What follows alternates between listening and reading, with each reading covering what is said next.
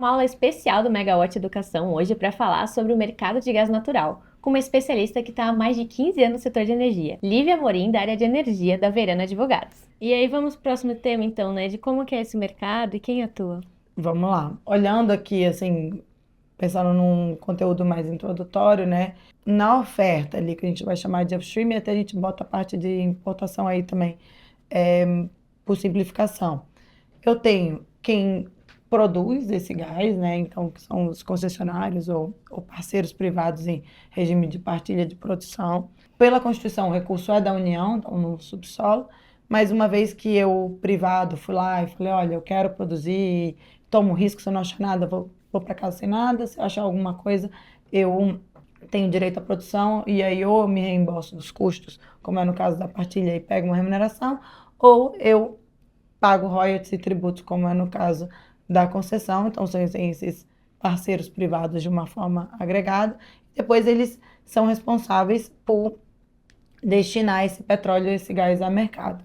Destinar esse petróleo e esse gás, porque no caso do gás que a gente viu, não necessariamente é a mercado, porque eu estou tendo uma reinjeção, mas o fato é que quem no produto da lavra, né, o resultado obtido com aquela exploração é de propriedade do privado após sucesso. E na importação, é uma atividade também reservada à União pela Constituição, mas que ela pode delegar a privados para exercer, e hoje é sujeito a uma autorização. Antes de competência do MME, voltou para a ANP na última lei, e tem que estar alinhado lá com os objetivos de política energética pelo CNPE. Uhum. Então, mas hoje no Brasil você não tem, a princípio, nenhuma restrição a importações de carga, a importações de carga de um determinado país, que, enfim, principalmente agora nessa questão de guerra comercial, poderia ser, mas não é o caso, né? Hoje a gente não restringe,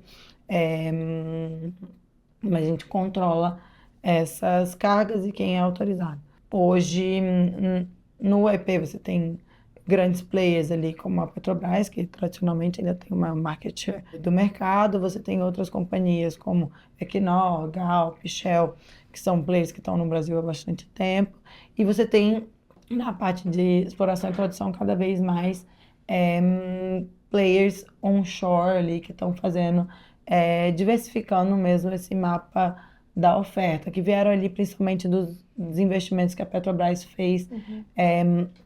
da produção em terra, né? Então, hoje, esse mapa da oferta também já é um mapa bem diferente do que era ali há 10 anos. A gente vai falar um pouco ali na frente também, mas quando, no processo de abertura do mercado, em 2019, a Petrobras assina um termo de compromisso de cessação de conduta com o CAD, esses antes concessionários ou parceiros privados que atuavam no mercado muito mais pela parte do óleo, né, mas principalmente o mercado externo, eles passam a serem players também no mercado de gás doméstico, porque a Petrobras deixa de ser esse comprador único do gás, esse cliente único, então eles passam a ter que trazer o gás para o mercado e não vender para a Petrobras. Então você tem, foi um direcionamento assim que gerou um dinamismo muito maior no mercado, com players tendo molécula, né? Então esses dois fatores, acho que dos players onshore e desse compromisso dos offshore de não venderem mais para a Petrobras offshore,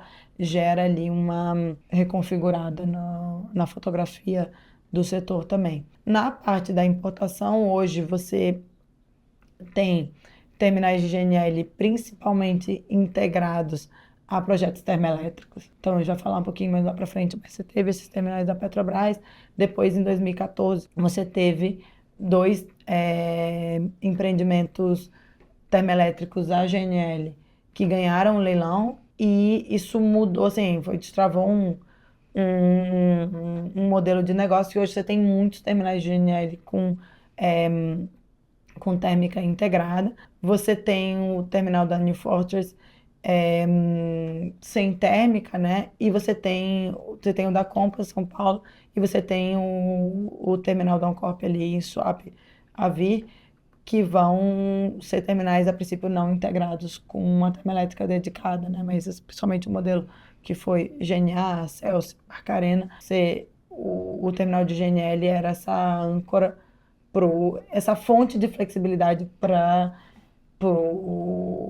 a geração termoelétrica. Ouvi uma brincadeira esses dias, alguém falando que a costa brasileira virou um estacionamento, né, um parking lot de FSRU, que é esse navio regasificador.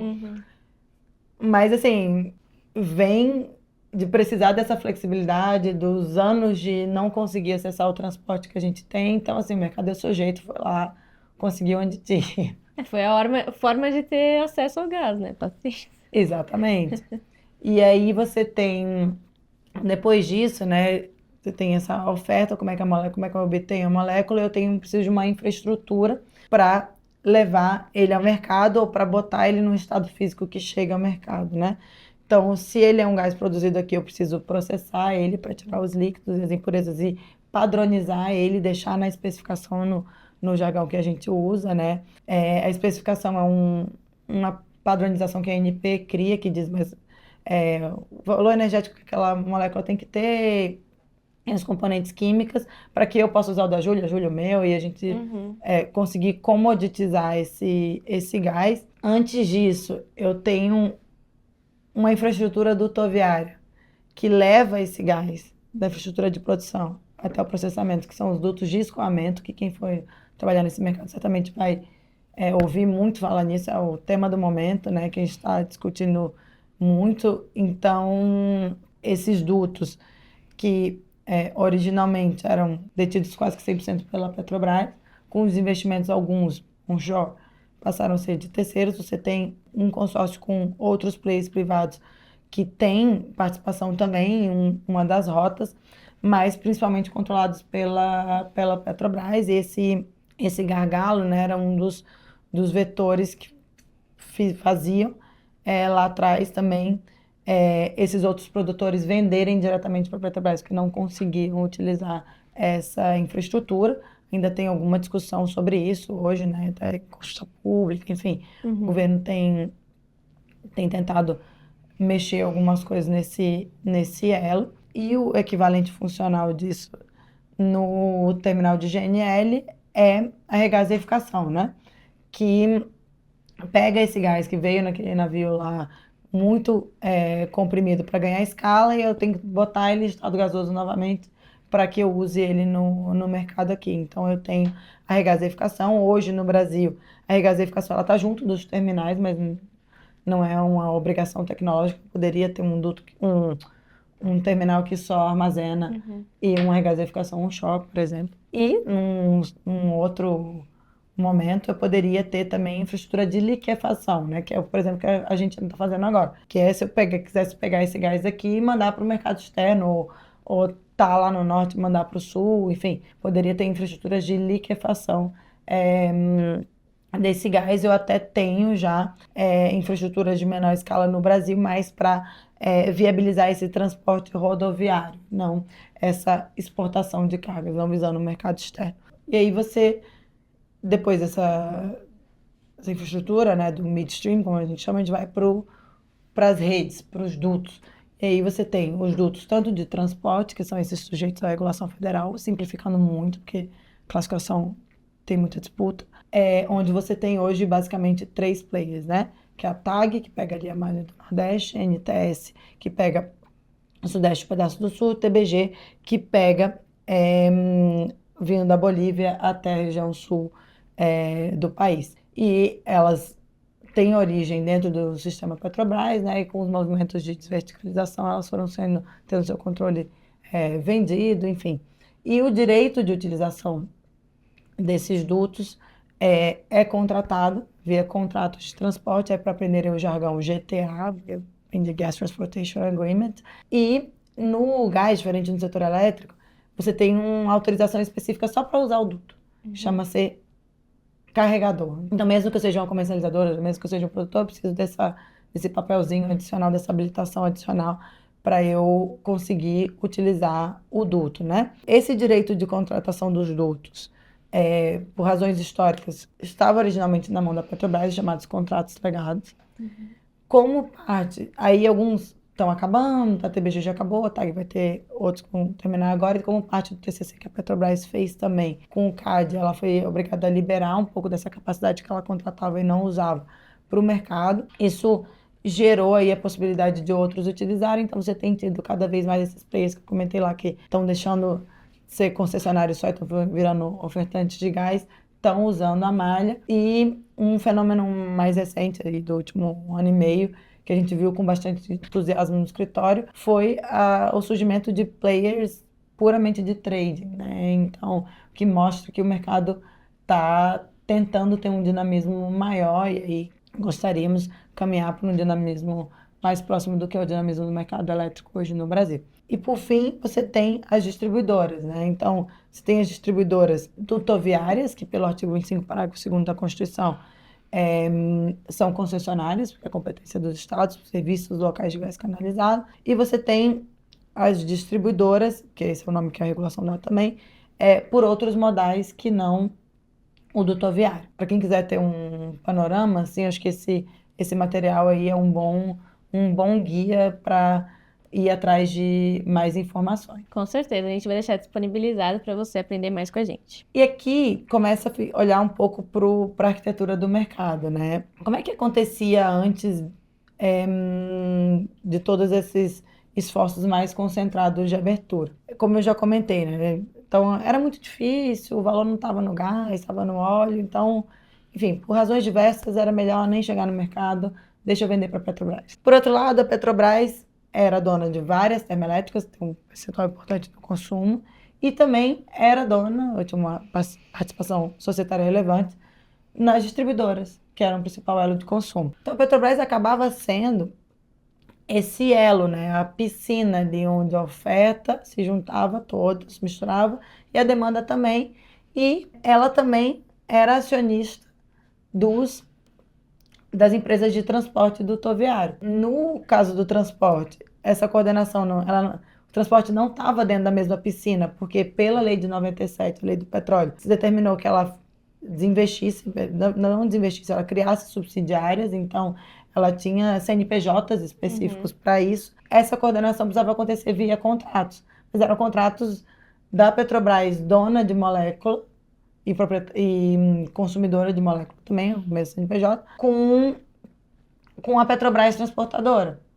Mas isso gerou os contratos legados. Do ponto de vista da molécula em si, esses contratos não ficaram, porque não houve uma determinação de desverticalização, né? Mas tudo acontecia dentro do próprio ambiente Petrobras. Eu lembro um pouco antes ali, quando você ia na Petrobras, imagino que exista lá ainda hoje, o painel de controle, que é o painel de controle, por exemplo, o setor elétrico está no ONS. Mas a Petrobras tinha esse papel de juntar todas as pontas, e ainda tem um pouco pelo market share que ela ainda tem, né? Então, essa coordenação toda ela acontecia dentro da Petrobras. E ali, onde vocês estão vendo as setinhas laranjas, ele, na estrutura atual, e que a gente quer que cada vez mais isso se intensifique, a coordenação não está acontecendo dentro da Petrobras. Aí você cria outros problemas, né? Porque você tinha um concierge ali que cobrava caro, mas você tinha. E aí agora, quando eu vou vender para a Júlia, a gente tem que se coordenar. Falar, olha, tal hora eu vou te entregar, o que acontece se eu não entregar? Como é que a gente fala com a transportadora? Quem avisa quem? Eu vou contratar só a entrada, você contrata só a saída. Então, tá faltando regras, né? Para essas coordenações acontecerem. E tem a perspectiva de que venham esses códigos de rede, uma manualização, mas está demorando. Então, o que o mercado tem feito hoje é feito isso via contrato. E a padronização dos contratos é algo que vai uniformizando, né, os comportamentos, mas que ainda é feito de uma forma muito bilateral. Então, assim, vão usando a melhor minuta até o ideal é que não aconteça para sempre dessa forma e que a ANP solte os códigos de rede. Ainda mais num cenário de cada vez maior a expansão, né, de distribuição de gás, etc., precisa estar mais regulamentado, sem dúvida. Não, exatamente. E aí aqui, muito rapidamente, assim, para quem está tendo o primeiro contato com o mercado, essa é uma base de dados feita pela Abras, que tem muita informação, é muito bom, então sempre um business intelligence ali, né? Então, um bom material de pesquisa é isso aqui. O boletim mensal da indústria do gás, que o MME divulga também, tem boas informações, mas vem com um delta grande, assim, de tempo. É uma das fontes que a gente consulta bastante, assim, quando quer informações rápidas sobre o setor, principalmente do lado da compra, né? É o Relivre. Então, acho que fica essa dica Muito aqui. boa essa dica. E aí, aqui, como é que é esse preço, né? Então, assim, por resolução da ANP, resolução 52, ela determina que o preço do gás no Brasil ele tem que ser aberto em pelo menos duas variáveis. Uma, o preço da molécula, do bem em si, e dois, o preço da infraestrutura, né? Então, quando tem transporte e tem distribuição, é que eu abra nessas três frentes. Então, o preço da molécula vai seguir ou algum indexador internacional, ou também não tem nenhum impedimento, é que se eu quiser vender gás indexado à inflação brasileira, entendo que não tem mais nada que eu possa fazer com esse gás aqui, tô lá no meio da floresta amazônica, não vou tirar ele daqui de jeito nenhum, eu vou vender dessa forma. Enfim, então você não tem uma diretriz clara sobre como deve ser feito, até porque não deve ter uma atividade de livre iniciativa, oferta e demanda, mas você tem ali certos comportamentos que se repetem na formação da parcela do gás, né? Um dos principais direcionadores assim de comportamento também é que no PG, a forma de como a Petrobras oferta, então o preço que ela oferta às distribuidoras é inclusive divulgado pelo Ministério de Minas e Energia. Um outro elemento que está surgindo aqui como um bom balizador, mas assim, ainda muito incipiente, mas de curto prazo, é o preço que as transportadoras compram para o gás de balanceamento.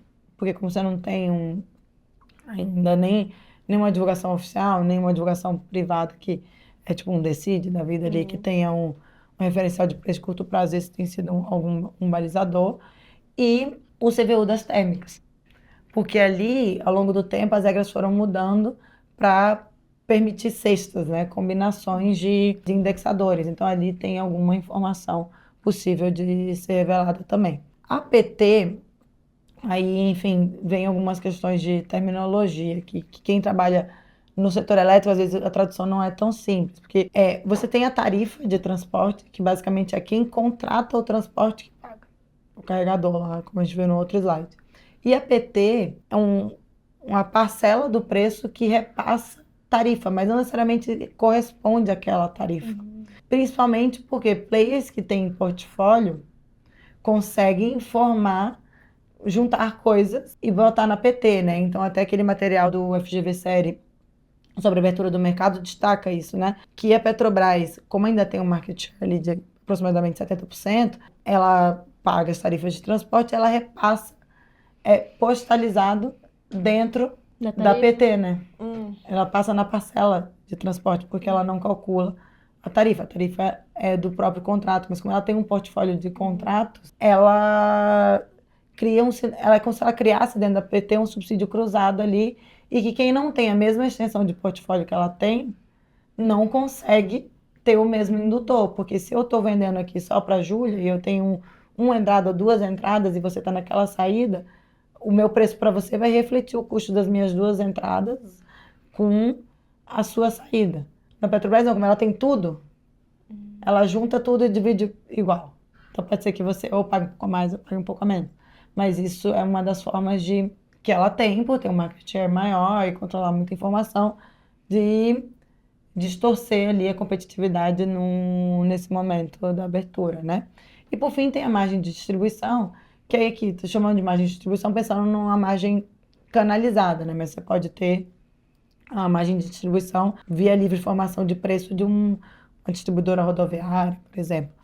E na distribuição, essa margem, né, ela reflete o custo da rede, remunerado pelas taxas ali de cada contrato. E cada contrato de distribuição tem taxas específicas, enfim, tem razões históricas aí que não vale a pena a gente entrar aqui hoje, mas é uma variável. Então, e assim, isso aqui é uma simplificação didática. Pode ser que você tenha ali uma térmica do lado de um terminal de GNL, onde ela não tenha nem transporte nem margem de distribuição. Então, pode ser que tenha tudo isso, pode ser que tenha só o PG, pode ser que tenha só o PG, mas PT mais margem, enfim, tem muitas configurações possíveis a partir disso. Mas Acho que isso dá um bom... Não, dá um bom encaminhamento, né?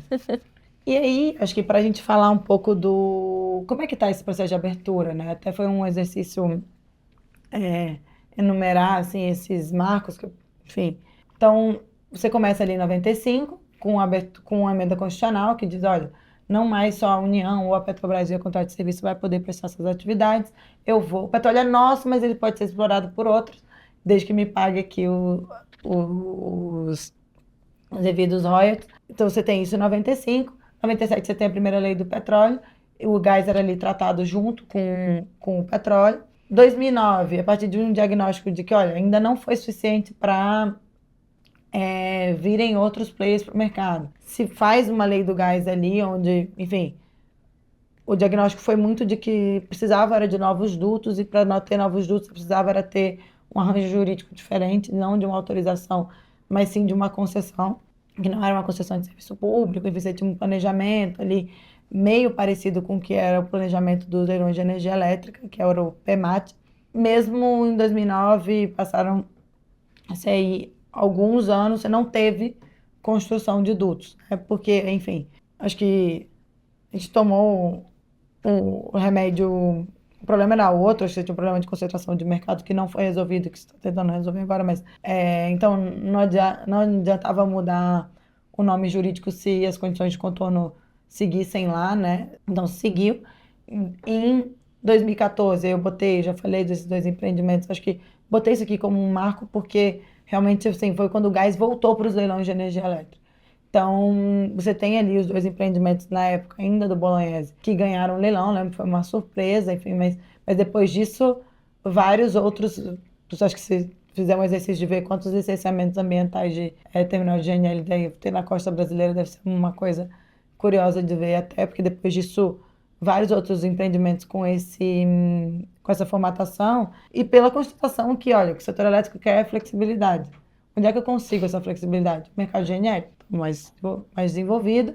Então, eu vou ter essa unidade aqui de armazenamento e a flexibilidade vai vir da possibilidade de obter essas cargas. Era uma flexibilidade que também não era tanta assim, porque para quem precisava, né, do Delta K, que é o despacho antecipado lá do 60 dias, tinha uma penalização no preço, então o antigo ICB, né, refletia essa maior necessidade de flexibilidade. Com críticas e elogios, é o fato que esse é um marco que trouxe o gás de novo para novos empreendimentos elétricos. E aí, em 2016, você tem o Gás para Crescer, a venda da NTS, ali pós-Lava Jato, enfim, a Petrobras com necessidade de caixa, você teve essa venda do controle da NTS. Daí você destrava uma série de iniciativas políticas para tentar abrir o mercado, né? E você tem gás para crescer, novo mercado de gás para empregar, essas iniciativas foram sendo reformatadas ao longo do tempo, mas com esse mesmo ímpeto, né? Que era, ou seja, não adianta chamar de concessão, precisa diminuir a participação da Petrobras para que outros consigam Ter maior competitividade. Viver no mercado, porque todas essas iniciativas, e esse ponto do leilão de 2014 é nessa linha também, eles eram iniciativas que a gente chama em ilha, né? Eles não geravam contestabilidade ao mercado da Petrobras, porque não era alguém que ia competir no marketplace, né, com a Petrobras. Então, a gente precisa diminuir a participação da Petrobras no mercado e o nível de influência dela, né? E até hoje é uma variável ainda, tá? Porque ela faz o TCC com o CAD, mas ela ainda tem um acervo de informação muito maior do que todo o mercado, uma participação no mercado que permite esses efeitos portfólio aqui que eu falei. Então, acho que é natural de reformas, assim, é um trabalho ongoing, não é assim, fiz o TCC e depois acabou, vou para casa, não, você tem que ir malhar todo dia, assim, entendeu? Para ir vendo e ver reajustar a rota, ajustar a estratégia, porque realmente, assim, é um player com uma relevância e com uma qualidade, assim, um player que sabe se movimentar bem no mercado e que tem as informações, né? Então, por outro lado, você precisa ter esse drive de o que eu quero que o mercado abra. Então, a gente vai ter que ir se reajustando ali. Achar um equilíbrio. Exatamente. E 2025, eu estava aí com essa interrogação, tá aí ainda com essa interrogação por todos os fatores do leilão de reserva de capacidade que eu acabei comentando antes, né? Que eu acho que é um leilão chave aqui nessa fotografia, em como as peças vão se encaixar ou se reencaixar. E a ver, ansiosos aí para que a portaria venha novamente. Todos estamos ansiosos.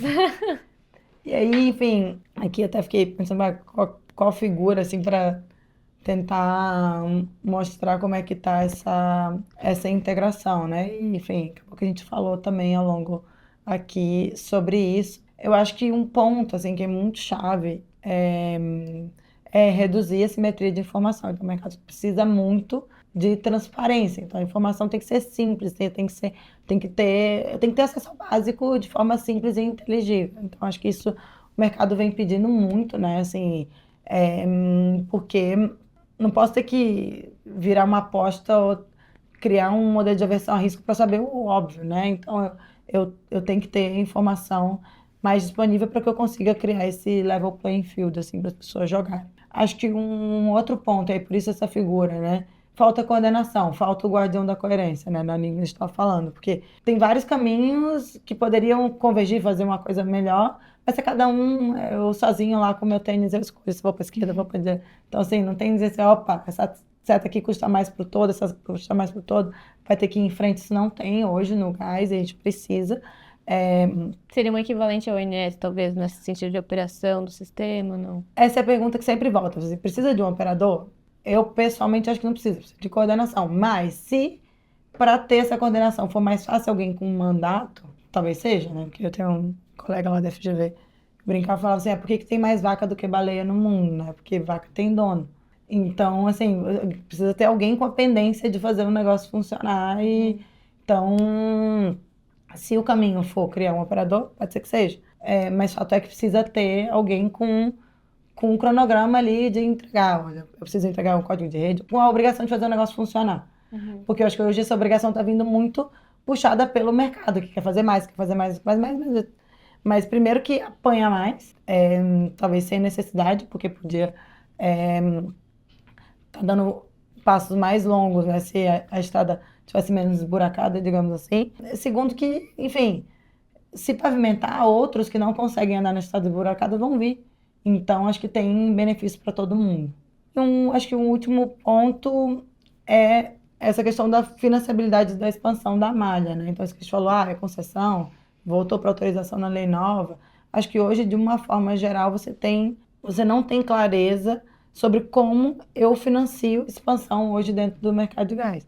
E aí, você também falou lá de como a gente fica em função dos cenários hidrológicos. Graças a Deus que chove inesperadamente também, né? Porque sempre que vem uma seca, um desespero, aí vem leilão emergencial, não sei o quê, guerra da Ucrânia, caos total, e aí ainda bem que choveu, porque você já começou a ter sinais ali de gargalos de estresse na malha, entendeu?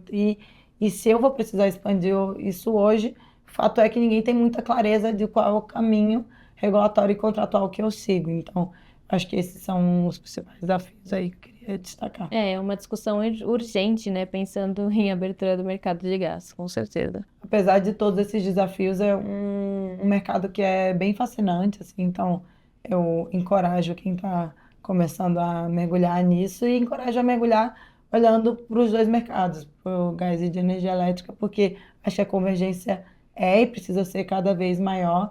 Eu acho que a gente treina o time assim hoje, né, na nossa equipe. Essa capacidade de ver as duas coisas, acho que é bem bacana e abre novas caixinhas também. Queria agradecer, Lívia, por toda a sua parceria aqui com a gente para trazer um conceito tão rico, tão difícil de se falar e por mais assim, eu vejo que você conseguiu mostrar para iniciantes, por mais que você queira falar mais, mas foi muito importante. Eu queria muito agradecer, Lívia, trouxe muita contribuição para a gente. Queria deixar à disposição para vocês, como eu falei na descrição, vai ter o link da Lívia, do livro da Lívia, para vocês aprenderem mais sobre energia com a gente. Claro, também vamos associar as matérias da Megawatt, porque como a Lívia falou, é algo em voga, né? A gente fala muito sobre abertura de mercado de gás, sobre tudo que está acontecendo, sobre os leilões, sobre vaca muerta, sobre tantas coisas associadas à abertura de mercado de gás, e a gente vai trocando figurinha desse jeito, né, Lívia? Eu queria agradecer. Eu que agradeço, um prazer, Júlia, estar aqui com vocês e muito sucesso mais uma vez. Obrigada.